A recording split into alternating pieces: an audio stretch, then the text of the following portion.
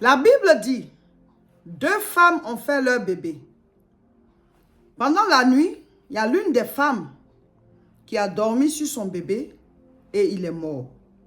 Le matin, elle est allée prendre le bébé de l'autre pendant que l'autre dormait. Elle a mis le bébé à sa place auprès d'elle. Elle a mis le bébé mort auprès de l'autre dame qui dormait. Et quand l'autre s'est réveillée, les deux ont commencé à discuter parce que chacune dit c'est mon bébé, c'est mon bébé, c'est mon bébé. Donc elle a dormi sur son bébé. Maintenant, elle veut le bébé de l'autre. Mon frère, ma soeur, écoute-moi. C'est un enseignement, hein. C'est un enseignement. Dieu a donné la vie à chacun de nous. Tu ne t'occupes pas de ta vie. Tu négliges ta vie. Tu n'es pas concentré sur tes activités. Et puis, tu es en train d'envier la vie des autres. Toi, tu dors sur ton bébé. C'est le bébé de quelqu'un d'autre que tu veux prendre. C'est le bébé de quelqu'un d'autre que tu envies. Les gens sont concentrés. Ils ont leurs résultats. Toi, tu es distrait. Tu es distraite. Tu dors sur ton bébé. Et puis, c'est le bébé de quelqu'un d'autre que tu envies. Tu veux lutter le bébé avec eux. Alors que Dieu t'a donné pour toi. La vie, là, elle est unique. Dieu a donné la vie à chacun de nous. Le souffle qu'il te donne là, c'est une grâce. Chaque jour est une vie. Chaque jour est une bénédiction. Mais nous sommes nombreux sur la terre, mais ce n'est pas tout le monde qui a pris conscience du fait qu'il doit bâtir sa vie, il doit faire des exploits, il doit avancer, il doit rester concentré. Ne dormez pas sur vos bébés pour envier les bébés des autres. Ne dormez pas sur vos bébés pour envier les bébés des autres. Certains négligent leurs talents. Tu as des talents que tu négliges, que tu ne cherches pas à fructifier. Tu ne cherches pas à transformer tes talents en argent. Donc, ces talents-là sont là. Ces talents-là sont là, mais en fait, tu es pauvre. Ou alors, tu as une vie très limitée financièrement parce que tu négliges tes talents et tu es là, tu regardes aux talents des autres qui sont en train de fructifier et tu es voilà, émerveillé par ça. Ou alors, tu envies ça. Eux, ils sont en train de fructifier leurs talents. Ils ont pris conscience qu'ils ont des talents. Quelqu'un est en train de chanter, il a du succès. Alors que toi, tu sais chanter. Tu dors sur ton bébé là. Et puis maintenant, tu as envie l'autre. Tu as envie d'être à sa place. Tu as dormi sur ton bébé, hein. Mais c'est son bébé là, tu veux. Toi, tu ne peux pas développer ton talent de chanteur là aussi. Tu ne peux pas travailler pour que ça soit bien, composer tes chansons, pour sortir tes albums, aussi faire ta carrière. C'est un péché? Non. Ce n'est pas Dieu qui t'a donné le talent. Mais chante à sa gloire. Aujourd'hui même les concerts chrétiens, là, les gens ils viennent nombreux, ils ont envie d'adorer le Seigneur. On est dans les derniers temps, les gens sont de plus en plus attirés vers la présence de Dieu. Il y a trop de malheurs qui frappent les gens cherchent Dieu. Mais tu as un talent, tu ne t'occupes pas de ça. Tu as un talent, tu le négliges et tu es là, tu apprécies les talents des autres. Ce n'est pas mauvais d'apprécier, hein? Mais souvent on les envie, on a envie d'être à leur place. La personne a travaillé. La personne a travaillé. On ne sort pas comme ça de la souffrance. Il faut se battre. Et la personne l'a fait. Aujourd'hui, elle est connue. Elle a des résultats. Elle vit peut-être de son talent. Toi, tu es là, tu envies la personne, tu as envie d'être à sa place. Pourtant, peut-être même que tu as le même talent. Ou bien tu as un autre talent même qui peut avoir un résultat supérieur au résultat de l'autre. Hein? On ne sait jamais. Mais comme tu négliges ton talent, tu es comme la femme qui a dormi sur son bébé. Et puis elle est en train de lutter le bébé de quelqu'un d'autre là. Vous dormez sur vos bébés, c'est le bébé des gens que vous voulez. Le bébé que Dieu t'a donné là, c'est lui que tu dois entretenir. Il y a des choses que tu sais faire. Tu ne t'occupes pas de ça, tu négliges ta vie, tu ne te prends pas au sérieux, tu n'entretiens même pas ta maison, ta vie, tu te négliges. Et tu es là, tu es en train d'envier la vie des autres. Donc tu tues ton bébé, tu dors dessus et maintenant tu veux prendre le bébé de quelqu'un d'autre. Qui va arranger ta vie pour toi? Qui va embellir ta vie pour toi? Qui va faire sortir tes talents à ta place? Qui va te réaliser ce qui est en toi là? Qui va te réaliser ça? Tu ne t'aimes pas. Tu te rejettes. Et tu apprécies les autres. Et tu as toujours les regards. Si mon nez était comme ça, si mes yeux étaient comme ça, si mes pieds étaient comme ça, si mon bras était comme ça, si ma tête était comme ça, si mes cheveux étaient comme ça, tu es toujours en train de regarder les autres. Tu apprécies leur corps, tu apprécies des choses sur eux, mais toi-même là, tout ce qui est sur toi là, tu n'apprécies pas, tu te rejettes, tu te combats même à la limite. Construisez vous-même votre vie. Prenez conscience de qui vous êtes. Faites-vous face. Acceptez-vous. Assumez-vous. Restez concentrés. Bâtissez votre vie. Faites des exploits. Laissez le monde voir la gloire que Dieu a mise en vous. Tu es toi. Tu ne seras jamais quelqu'un d'autre. Il faut t'aimer. Il faut t'assumer. Il faut t'accepter. Il faut te prendre en compte. Il faut tenir compte, voilà, de tes qualités. Et travaille sur tes défauts. Travaille sur ce que tu n'as pas. Ce que tu n'es pas. Travaille dessus. Tu ne peux pas avoir la vie de l'autre. Jamais. Tu seras toujours toi. Qui va venir t'accepter toi et puis ça va rentrer en toi? C'est à toi de t'accepter. Vous allez passer toute votre vie à vous rejeter vous-même.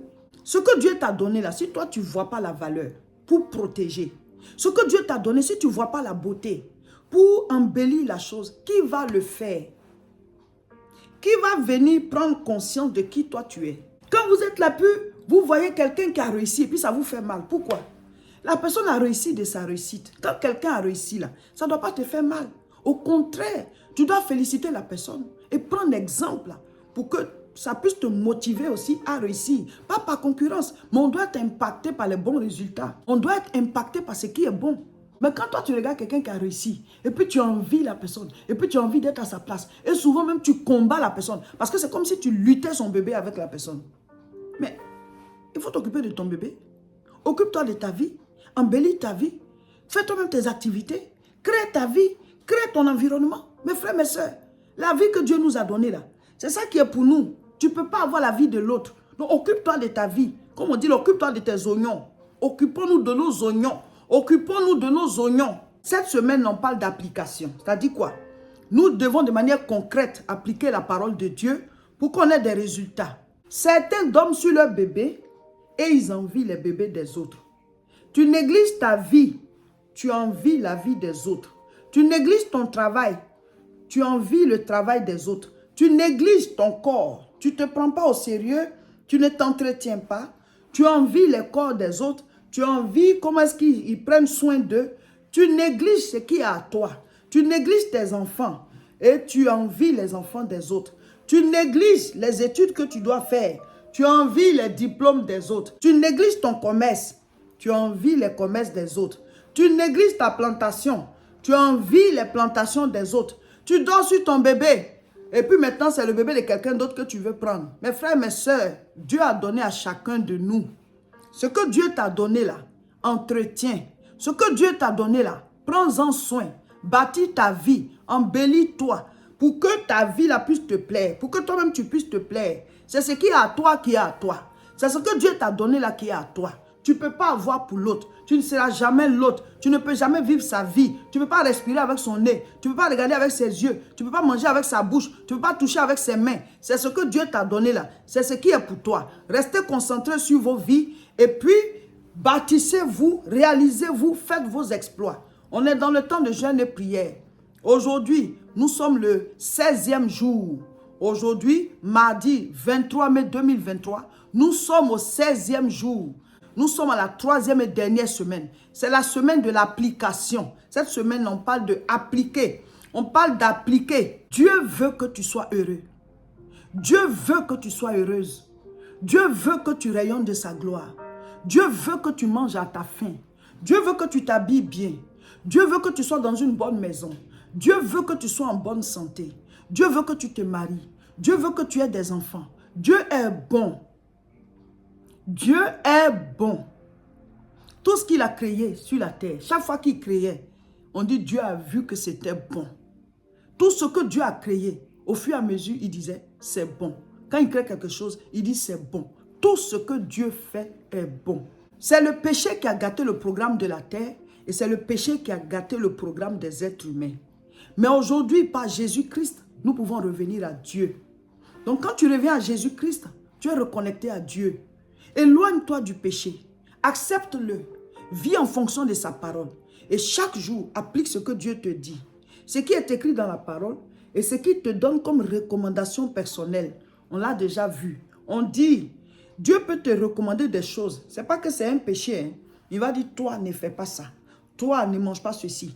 Toi, ne va pas à tel endroit. Toi, ne porte pas telle chose.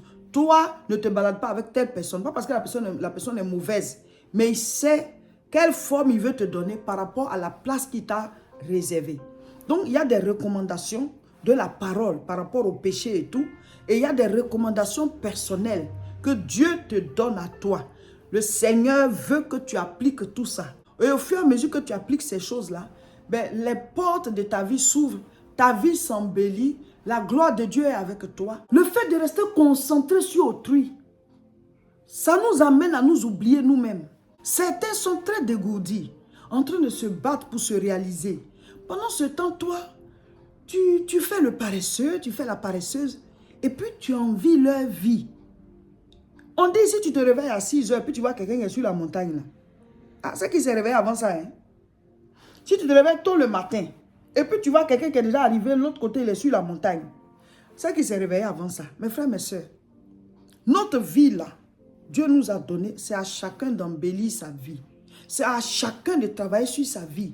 C'est à chacun de produire des résultats. On est comme des graines que Dieu a jetées sur la terre et on a poussé. Dieu veut voir le fruit. Donc tu t'accroches à lui. On dit avec Dieu nous ferons des exploits. Et dans ce jeûne, on dit lève les yeux.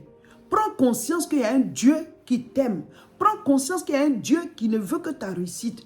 Prends conscience qu'il y a un Dieu qui veut voir ce qu'il a mis dans la graine que tu es là. Il veut voir ça sortir. Ça fera sa joie à lui. Prends conscience que tu es comme une flèche que Dieu a tirée. Il a pris dans son carquois, il a positionné, il a tiré. Il veut que cette flèche atteigne le but. Quand la flèche tombe et qu'elle n'atteint pas le but, celui qui a tiré la flèche là, il est plus triste même que la flèche elle-même. Chacun de nous est comme une flèche que Dieu a tirée. Dieu veut que tu aies des résultats. Donc notre jeune dit, lève les yeux. Nous levons les yeux pour prendre conscience qu'on n'est pas seul sur la terre. Pour prendre conscience qu'on n'est pas orphelin. Notre Père qui est aux cieux, on a un Père dans les cieux. On lève les yeux pour prendre conscience que Dieu est tout puissant, rien ne lui est impossible. Quel que soit ce qu'on a déclaré sur ta vie, quelle que soit la mauvaise nouvelle que tu as apprise, l'éternel Dieu, rien ne lui est impossible. Il peut te guérir, il peut encore t'ouvrir les portes, il peut débloquer les situations. On lève les yeux pour prendre conscience de la grandeur, de la puissance de Dieu. Le thème, c'est lève les yeux. Quand Dieu a dit à Abraham, Genèse chapitre 15, verset 5, lève les yeux, c'était pour que Abraham prenne conscience de la grandeur de Dieu. Et que Dieu veut aller au-delà de ce que lui peut espérer. Il espérait un seul enfant, mais Dieu voulait lui donner une multitude d'enfants. De sorte qu'aujourd'hui, tous ceux qui acceptent Jésus-Christ sont de la descendance spirituelle d'Abraham. Le paradis s'appelle le sein d'Abraham. Donc nous tous, on est les descendants d'Abraham. C'est ça que Dieu voulait lui donner. Une descendance comme une multitude. Une descendance comme les étoiles du ciel. Dieu a ce plan pour chaque être humain. Que tu t'étendes à l'infini. Que tu sois un homme, une femme prospère, en bonne santé. Que tu manges à ta faim. Que tu t'habilles bien. Que tu te sentes bien dans ton corps. Que tu sois heureux. Que tu sois heureuse. Parce que Dieu est bon. Il ne nous a pas créés pour le malheur. Prends conscience de cela. Mais il faut que tu restes connecté à lui. C'est le péché qui attire le malheur dans nos vies. C'est la déconnexion avec Dieu qui attire les ténèbres. Parce que Dieu est la lumière. Jésus dit, je suis la lumière du monde. Celui qui me suit ne marchera pas dans les ténèbres, mais il marchera dans la lumière de la vie. Il y a la lumière et il y a la lumière de la vie. Ta vie doit être éclairée. La Bible dit, dans la parole, il y a la vie. Et la vie est la lumière des hommes. Alléluia. Il faut qu'après ce jeûne, tu deviennes un homme spirituel, une femme spirituelle, une femme de l'esprit, un homme de l'esprit. Quelqu'un qui est consacré au Seigneur, qui écoute la parole et qui applique, qui lit la parole et qui applique, qui prie et qui reste à l'écoute du Seigneur et qui applique les recommandations données par le Seigneur. Et tes résultats là, toi-même tu vas constater, Dieu est bon. Est-ce qu'un arbre peut produire le fruit d'un autre arbre? Non. Ton fruit à toi, c'est toi qui le produis. Qui va produire pour toi? Mes frères, mes soeurs, prenons notre vie au sérieux. Restons concentrés. Il y a trop de gens distraits. Il y a des choses sur lesquelles tu dois rester concentré, mais tu es tellement distrait, tu es tellement distraite.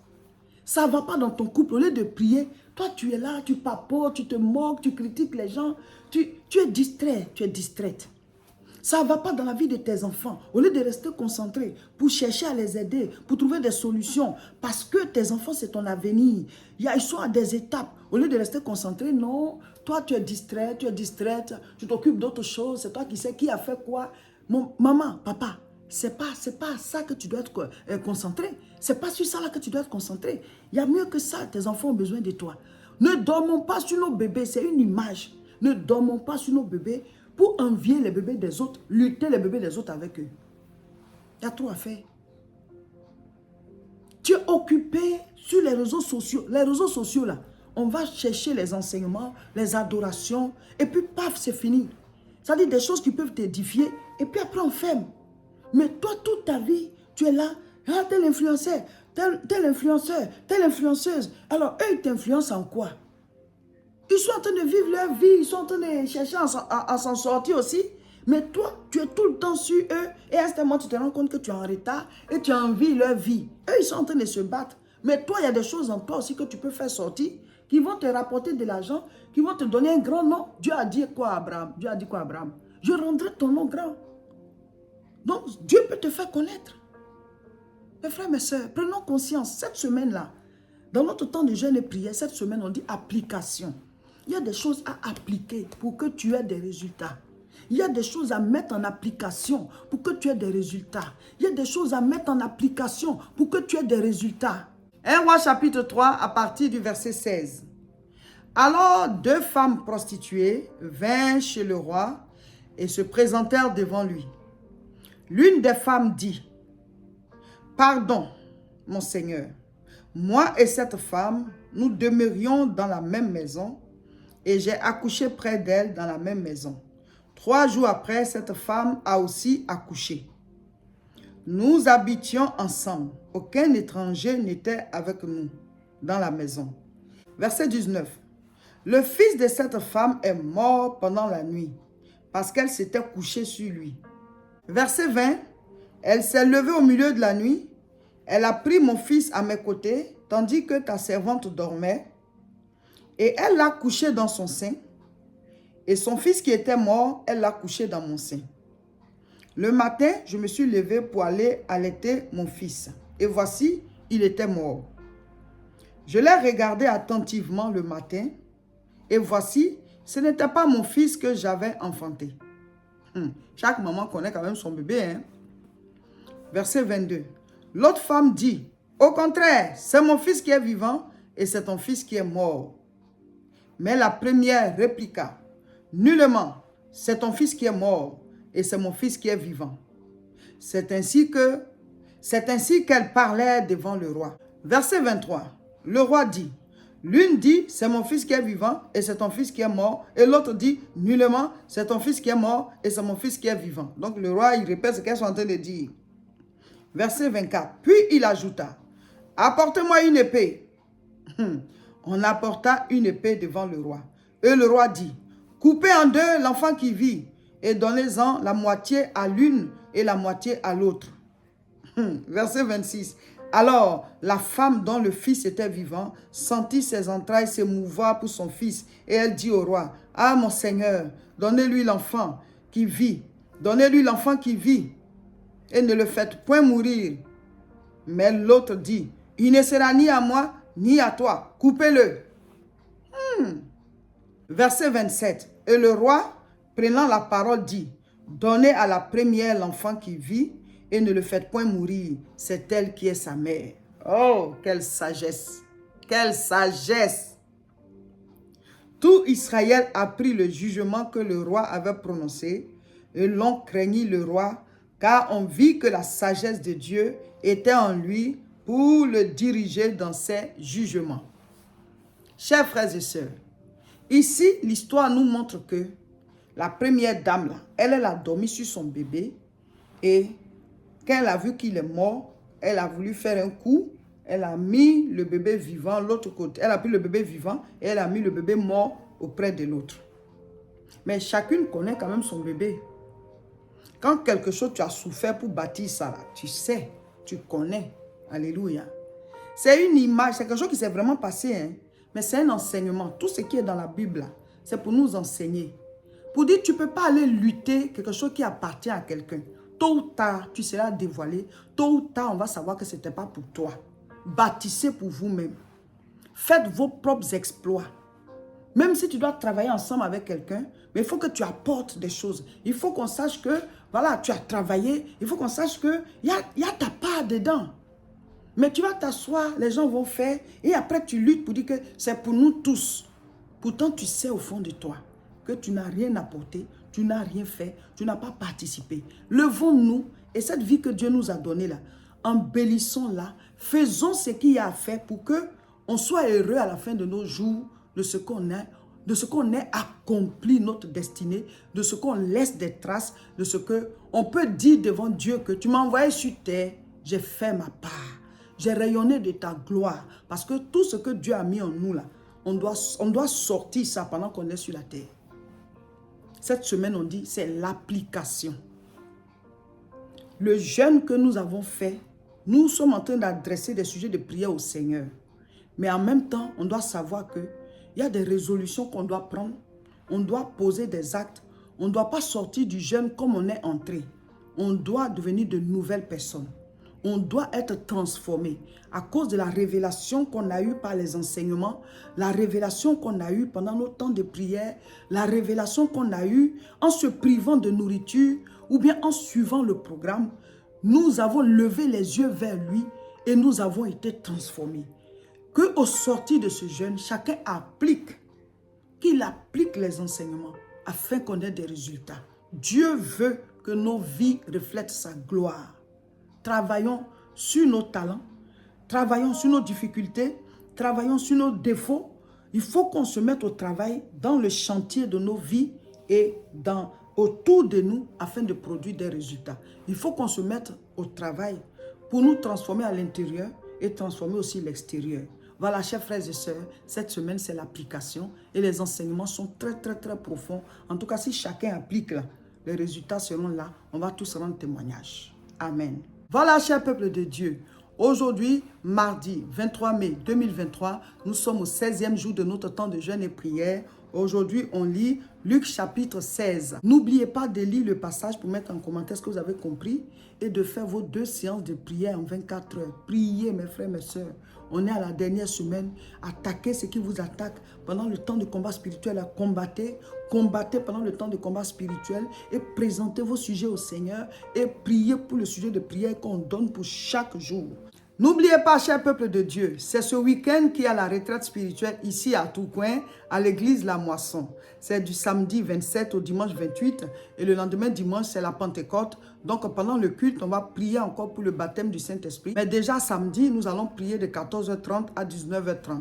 Donc rejoignez-nous ici à l'église La Moisson pour la retraite spirituelle de Pentecôte. Nos cultes ici à Tourcoing, c'est tous les dimanches à partir de 10h.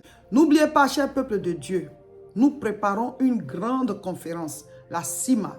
CIMA France, c'est le samedi 17 juin à 14h à l'espace Chevreul. Dis avec moi, la CIMA, j'y serai. La CIMA, j'y serai. La CIMA, j'y serai. C'est une grande rencontre spirituelle.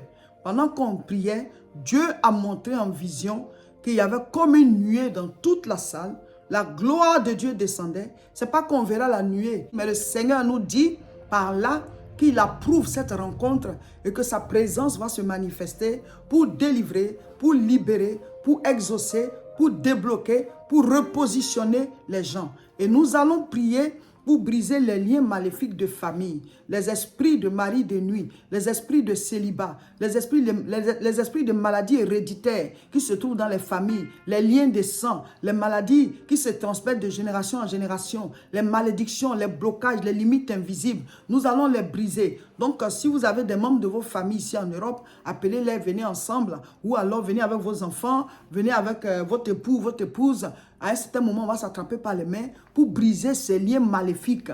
briser les liens maléfiques de famille qui détruisent des générations entières, qui détruisent des généalogies entières, les maladies héréditaires. C'est l'onction qui brise le joug. Donc, samedi 17 juin, espace Chevreul, à 14 h, on remplit l'espace Chevreul. On remplit l'espace Chevreul. On remplit l'espace Chevreul. Dis avec moi, on remplit l'espace Chevreul. On remplit l'espace Chevreul. On remplit l'espace Chevreul. Samedi 17 juin, 14 h, grand rassemblement chrétien. Nous allons invoquer la présence de Dieu. Notre Père qui est aux cieux, que ton nom soit sanctifié, que ton règne vienne. Que ta volonté s'accomplisse dans nos vies comme au ciel. Nous allons invoquer sa présence. Nous allons briser tout plan du diable qui est en train de se préparer dans le secret pour attaquer nos familles. Nous allons attaquer ce qui va attaquer nos maisons. Nous allons attaquer ce qui va attaquer nos vies, qui va attaquer nos couples, qui va attaquer nos enfants, nos enfantements, nos affaires, nos finances. Au nom de Jésus, au nom de Jésus, rejoignez-nous à la CIMA France, samedi 17 juin, 14 h. On remplit l'espace Chevreul. On remplit l'espace Chevreul. On remplit l'espace Chevreul. Partage la vidéo. Amen. Demain, mercredi, nous serons en direct sur nos 2 chaînes. Sur YouTube, c'est La Moisson TV et sur Facebook, c'est Réseau International Richesse. Il faut recommander ces chaînes-là autour de vous. Abonnez-vous et partagez massivement la vidéo. Ce jeûne-là, c'est jusqu'à la gare. Et la gare, c'est d'ici quelques jours, le dimanche 28 mai à 18 h. La grâce de Dieu va nous conduire à la gare. Recevez le Saint-Esprit au nom de Jésus. Amen.